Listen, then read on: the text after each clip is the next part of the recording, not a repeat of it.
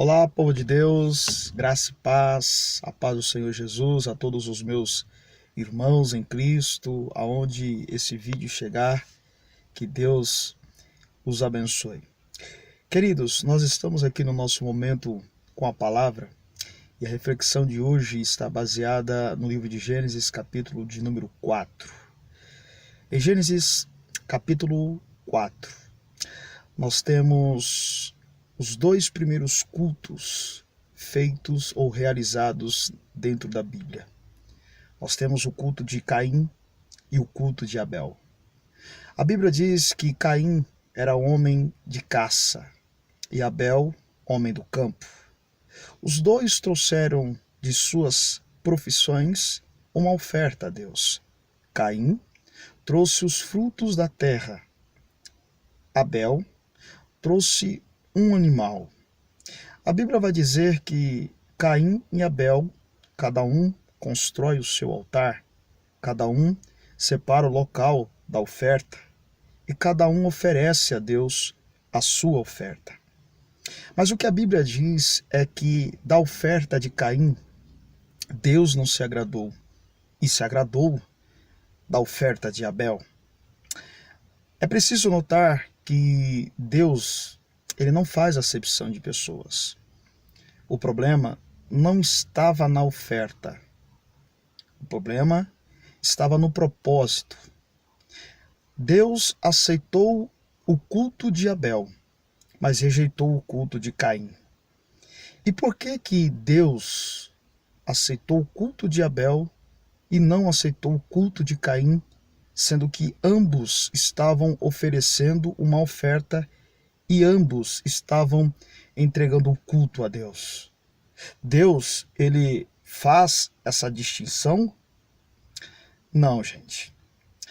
Uma das razões pelas quais Deus aceitou o culto de Abel e não aceitou o culto de Caim, quando você ler Hebreus capítulo 11, no relato dos heróis da fé, a Bíblia diz que pela fé, o culto de Abel, a oferta de Abel, foi aceitável a Deus.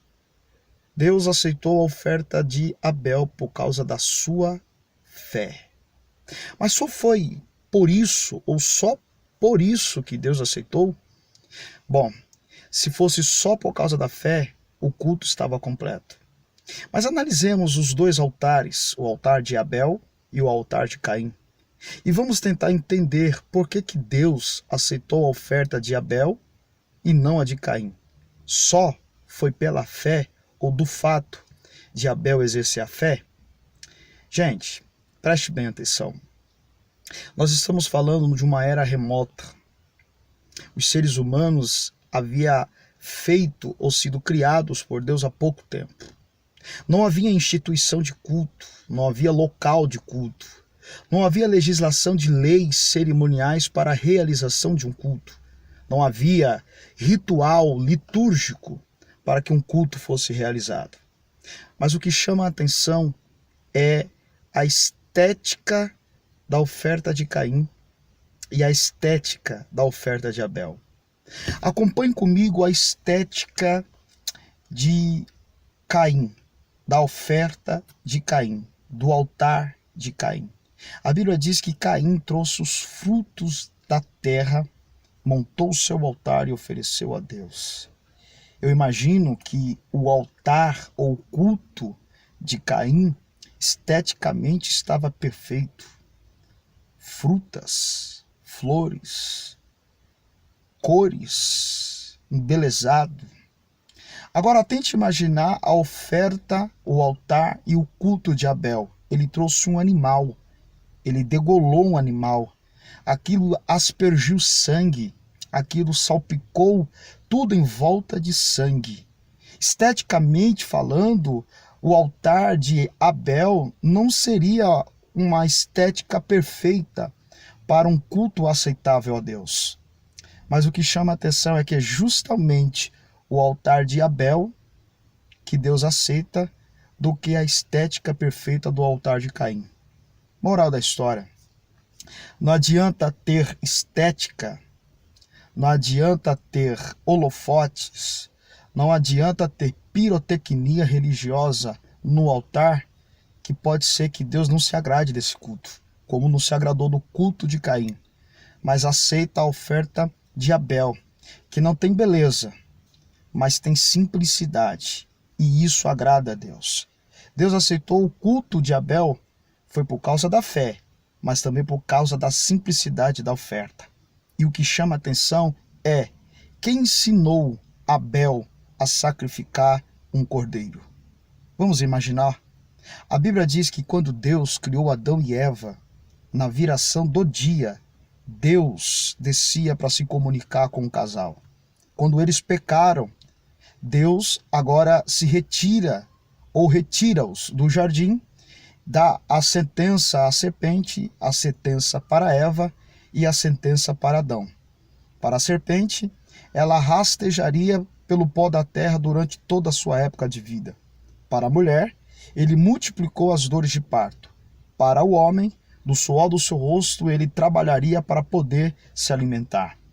E o que chama atenção é que, quando Adão e Eva ficaram nus e descobriram que estavam nus, eles recolheram folhas de figueira, fizeram aventais para cobrir a sua nudez.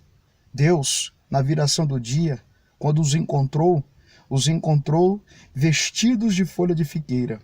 Mas aquela folha de figueira não cobria a nudez diante dos seus olhos.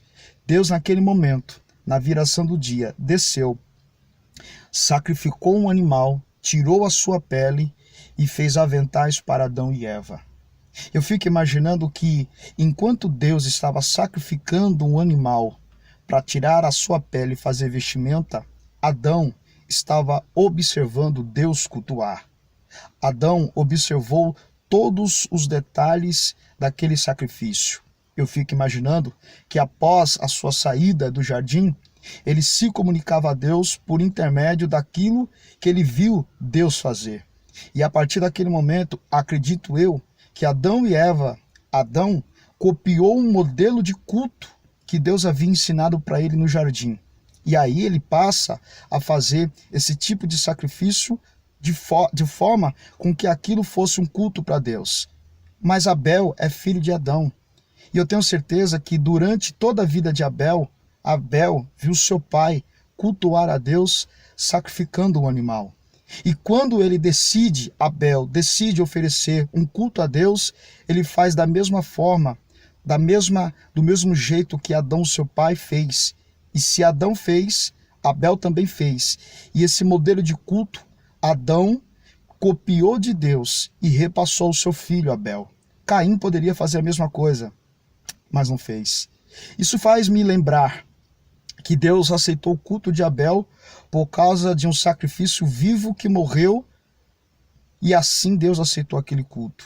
Paulo, em Romanos 12, vai dizer e corroborar com o culto de Abel, dizendo: rogo-vos, pois, irmãos, pela compaixão de Deus, ou de Cristo, que apresentei os seus corpos como sacrifício vivo.